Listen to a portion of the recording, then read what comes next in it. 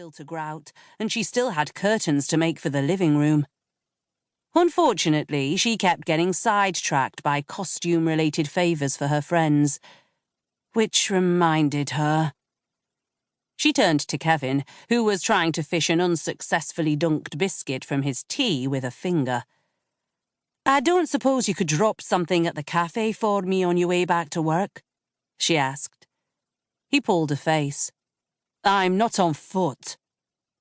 Liz's eyes widened. "You mean you've had a squad car sitting outside my door all this time?" It was the sort of thing her neighbours in Henrietta Street would notice. Everyone made a point of knowing everyone else's business in Whitby. It irritated Liz sometimes, but was outweighed by the many, many benefits of living there. "Sorry." Kevin licked soggy biscuit off his finger and drained his mug. "I'd better make tracks or Flint will be wondering where I've got to." Kevin's boss had transferred from the gritty streets of Middlesbrough in the spring and was still finding it hard to adjust to life in Whitby. It wasn't so much that the pace was slower, just less predictable.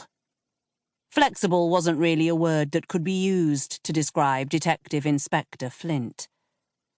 "I can drop you in Church Street if you like," said Kevin. Liz shook her head. "We could probably do with a leg stretch. Couldn't we, Nelson?" Hearing his name, Nelson, the English bull terrier, looked up from his basket and wagged his stumpy tail. He looked piratical, with his huge coffin-shaped head and patch over one eye. Liz had heard certain unkind people call him the ugliest dog in Yorkshire. She didn't know about that, but after his heroic actions in the summer, she certainly knew he was the bravest.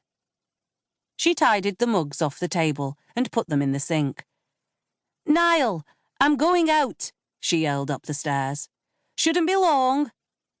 She grabbed her coat and the tote bag she had ready by the door, clipped Nelson onto his lead, and followed Kevin out onto the narrow, cobbled street. Outside, the air smelled of the sea. Herring gulls yodeled and swooped overhead, lifted on a breeze that ruffled their feathers. Kevin got into his car, waved to Liz and reversed back up the street.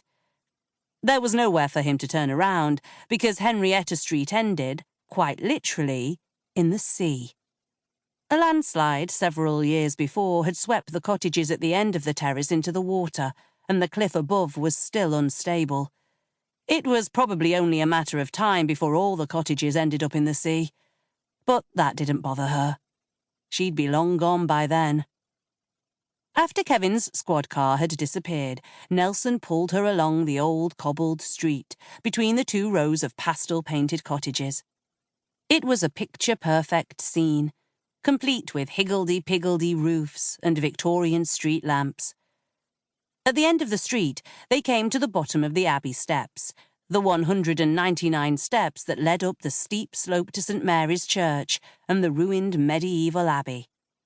The abbey had first been a Christian monastery, then a Benedictine abbey, one of the key centres of learning and culture in Northern Europe. The steps that led up to it had been worn smooth over the centuries by the feet of pilgrims, tourists, and sensation seekers, eager to see the ruins that inspired Bram Stoker's Dracula. Nelson huffed as she pulled him past the bottom of the steps, clearly disappointed not to be going up them. St Mary's graveyard on the cliff top was his favourite place in the world. He seemed quite resigned to his fate, however, until they went a few more metres, and Liz tried to lead him past the wrought iron gate that led to Neptune Yard, a small enclave of cottages accessed by a narrow alleyway. He came to an abrupt halt. His hackles went up. He stared, unblinking, into the alley beyond the gate. "What's the matter?" She peered down the alley. It was dark, and she couldn't see what had upset him. She supposed it must be a cat, even though he usually ignored them. "Come on, let's go." He lifted his nose, sniffed the air, and growled low in his throat. Not like him at all. She tugged on the lead.